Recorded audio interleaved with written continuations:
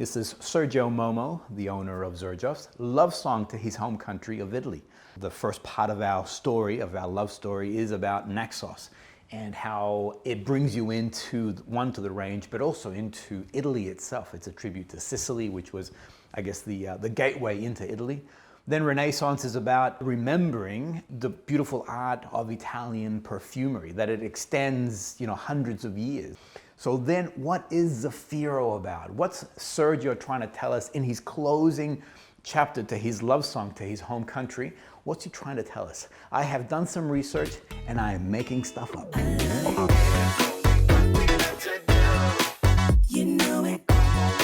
The creator of Xerjoff, Sergio Momo, he is an artist and he does things in an artistic way. He creates collections to express himself in this artistic way. I also understand and respect what is happening here. We are just smelling perfumes, or I'm speaking about fragrances. So it's not about saving the world or doing anything, although he does have a fragrance called Save Me, which is about, anyway, that's another story. I want this to be more than just, this smells like this, spray, this smells like that, that's fresh. I feel that these fragrances, there's a lot of time and energy, especially a company like Xerjoff, has gone into creating something that is artistic. And so therefore, I guess my brain, the way it thinks is I want to know the history of it. I want to know the background. I want to know the motivation. I do want to know that it smells great. At the end of the day, it is about the fragrance because I buy it because I want to smell great. I also buy it because I want to project. But at the same time, I do like sort of, I guess, I was going to say undressing, but undressing is sort of wrong words. You know what I mean.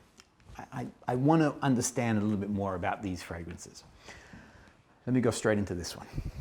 So for me, this is the black sheep in the collection. And for me, I love this one. I love this one. Now, let me just give you a quick heads up. It is an incense fragrance. If you don't like incense, then you're gonna struggle to really appreciate the beauty of this particular fragrance. If you're open to incense and open to how this evolves, because this is not a punchy incense fragrance, and I would strongly recommend that you do put it on skin. It does mean that if you don't like it, you're gonna have to wash it off. On card, it stays very incensey. On skin, it evolves beautifully, becomes something quite unique, and I'll talk about that in more detail. Opening notes, it starts off with a bergamot, an artemisia, and a elemi. And I find that the elemi, which is a resin, which is kind of citrus, but it also has a pine-like quality to it. For me, that pine spicy really punches out pretty fast at the beginning of the fragrance. Then in the heart, it goes into cardamom, cinnamon, iris, and carnation. For me, the cardamom and the cinnamon in particular really pop. This, for me, on the opening, along with the elemi and the cardamom cinnamon, is quite a spicy sort of introduction to the fragrance. Then in the base, it has amber, incense, some woody notes, and honey. And I want to talk about the incense and honey component to it. As I mentioned earlier, it is an incense fragrance, but for me, if I were to define it into a category really quickly, it's an incense, or it's a honeyed incense. It's a very soft, warm, gentle incense fragrance. Now, Zefiro is actually, this is according to the official notes from Xerjoff, it's deemed as a tribute to Rome. And one could say, because of the incense, that it's a nod towards there's 900 churches in Rome itself. So it's a nod towards that ecclesiastical sort of presence that Rome has. I'm gonna say no.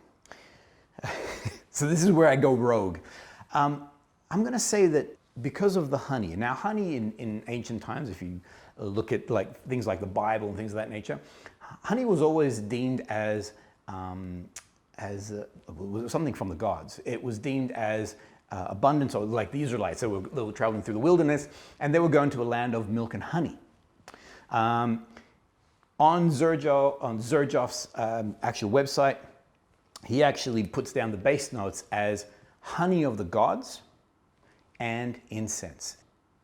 So incense was always used for religious reasons, and it goes back even to the Egyptians, that they would actually burn incense as a way to acknowledge the gods.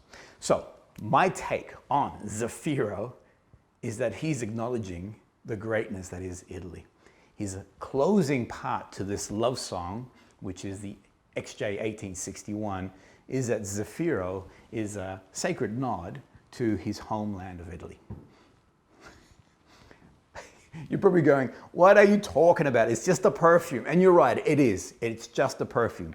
But I know that Sergio has put some work into this, and I also feel that, I mean, there's one thing that he does, and this is just to give you an idea of his artistry. So there's a concept of distilling ingredients and making them into a concrete, which is basically a cake of that actual product, of that actual oil. Then he blends these cakes. So he grabs these different oils and blends them together, reconstitutes it, and then brings it back down to create his own accord. So we're talking about a person who takes a lot of care, a lot of interest in creating something. So yes, it's a perfume, but he's also saying something else to us. All right, so now when it comes to the business end to this particular fragrance, as I mentioned earlier, I love this perfume. I love this fragrance. For me, it's 100%. My wife is not an incense person, so she does not like this fragrance on me, which makes me sad because I do wear it. But I also do wear it when I know that I'm not going to be spending a lot of time next to my wife. When it comes to those around me, again, if those who like incense, they're instantly drawn to it. I wore it the other day. My sister, who does love incensey perfumes, she actually asked me for a spray of it. So it's a beautiful fragrance, male or female. But if you don't like incense, it is gonna, well, yeah, you won't like it as much, I'm gonna say. When it comes to longevity, fantastic, awesome longevity on the fragrance, easily 8 to 9 hours without a problem. So when it comes to projection, it's moderate. Where these two had awesome sillage and really powerful sort of trail on them, this one here is more on the moderate side, but that's not a bad thing. But again, and again, if I go back on my line that I was going, if this is a sacred nod, then you don't want it to be a hallelujah cry. So it doesn't, you don't want it to go, dominate a room. It's really just something, it's a personal thing. So I find that this fragrance is awesome as a fragrance for me and those who are coming in close into my vicinity. When it comes to cost, the pricing is there. Great news is that if you're an Australian, then you can actually either buy from Libertine or Oligarch. Both of them are sponsoring my channel, The Niche Fragrance Collector.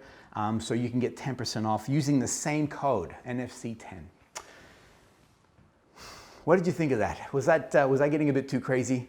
Some people out there yelling, it's just a perfume. And yes, you're right, it is just a perfume. But it's an art form, and I do love discovering more about brands, and I do love exploring, I guess, the artistry behind it. I also want to make sure that the perfume smells nice, because that's what really drives me to buy it in the first place. Thank you, everyone. Leave your comments. Let me know what you think. Tell me anything that you've discovered about these particular fragrances. I would love to know. If you haven't subscribed, I would love you to do so. Join the Niche Fragrance Collector family and join in this conversation about awesome fragrances from around the world. Until next time, see you guys.